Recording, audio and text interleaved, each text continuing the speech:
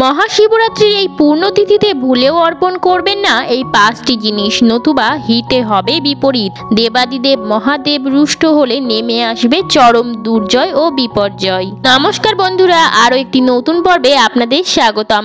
আশা করছি ঈশ্বরের আশীর্বাদে আপনারা ভালো আছেন এবং সুস্থ আছেন। আজকের ভিডিওটিতে একটি খুবই গুরুত্বপূর্ণ ও প্রাসঙ্গিক বিষয় নিয়ে আলোচনা করব। এবছর মহাশিবরাত্রি নিয়ে নানা বন্ধুদের মনে নানা রকম সংশয় আছে, তাই ভিডিওটি পেলে সকলে উপকৃতই হবেন। চলুন বন্ধুরা, ভিডিওটি শুরু করা যাক। আর হাতে গোনা কয়েকদিন বাকি, সামনেই আসতে চলেছে মহাশিবরাত্রি। দেবাদিদেব মহাদেবের ভক্তরা সারা বছর অপেক্ষা করে থাকেন এই দিনটির জন্য।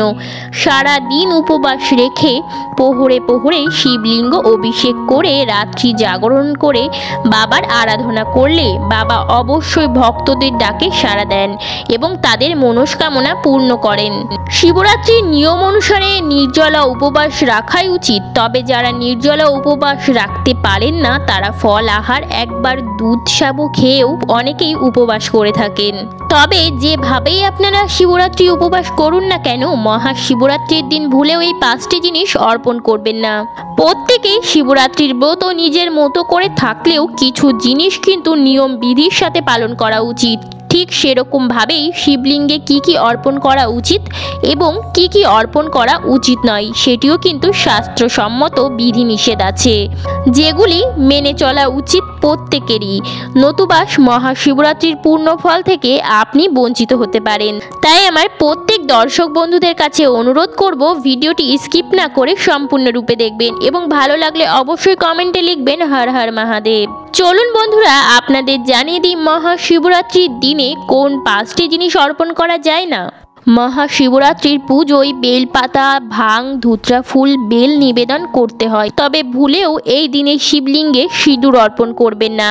আসলে হিন্দু ধর্মের মেয়েরা স্বামীর মঙ্গলার্থে ও দীর্ঘায়ুর জন্য সিঁদুর পরে থাকে, কিন্তু শিবলিঙ্গে সিঁদুর দিলে তা ধ্বংসের প্রতীক হয়ে যায়। মহাদেবের ধ্বংসাত্মক রূপকে প্রতিরোধ করার জন্যই শিবলিঙ্গে সিঁদুর দিতে নিষেধ করা হয়। দ্বিতীয় যে জিনিসটি শিবলিঙ্গে ভুলেও অর্পণ করবেন না সেটি হচ্ছে হলুদ।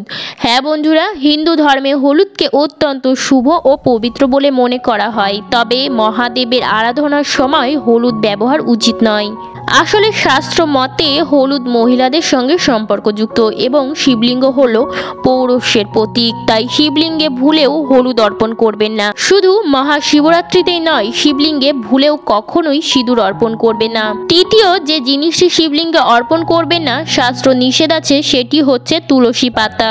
শাস্ত্র অনুসারে তুলসী আগের জন্মে রাক্ষসী বংশে জন্ম নিয়েছিলেন, তখনকার নাম ছিল বৃন্ধা। বৃন্ধা ছিলেন বিষ্ণুর পরম ভক্ত। রাক্ষস রাজা জলন্ধরের সঙ্গে বিবাহ হয় বৃন্ধার। বিষ্ণুর প্রতি অগাধ ভক্তির কারণে জলন্ধর অমরত্বের বর লাভ করে। একবার যখন জলন্ধর দেবতাদের বিরুদ্ধে যুদ্ধ করেছিলেন, তখন বৃন্ধা তার স্বামীর বিজয় প্রার্থনা করে ধ্যানে বসেন। এ কারণেই দেবতারা কিছুতেই তাকে পরাজিত করতে পারছিলেন না। তখন দেবাদিদেব মহাদেব তাকে বধ করে। স্বামীর মৃত্যুতে তিনি মহাদেবের উপর রুষ্ট হয়ে বলেন যে শিবের পুজোয় কখনোই তুলসীর ব্যবহার করা যাবে না। বন্ধুরা, আমি অনেক সময় মন্দিরে দেখি শিবলিঙ্গে প্রচুর মানুষ ভুল জিনিস অর্পণ করে ফেলে। তারা হয়তো শাস্ত্র সম্বন্ধে ততটা সচেতন নয় বা অনেকেই হয়তো পুজো পাঠ নিয়ে বিচার বিবেচনা করেন না।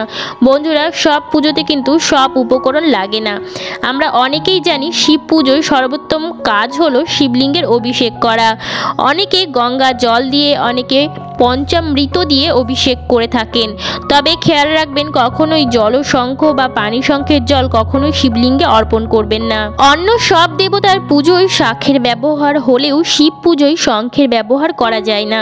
শিব পুরাণ অনুসারে রাক্ষস শঙ্খচূড়কে বধ করেছিলেন মহাদেব, তাই শঙ্খের জল দিয়ে অভিষেক করানো যায় না। বন্ধুরা, আমরা সকলেই জানি যে শিব পুজোতে অবশ্যই লাগে বেলপাতা এবং বেলপাতা ছাড়া শিব পুজো অসম্পূর্ণ, কিন্তু অনেকেই হয়তো জানে না যে বেলপাতা যেন সম্পূর্ণ নিখুঁত বেলপাতা হতে হবে।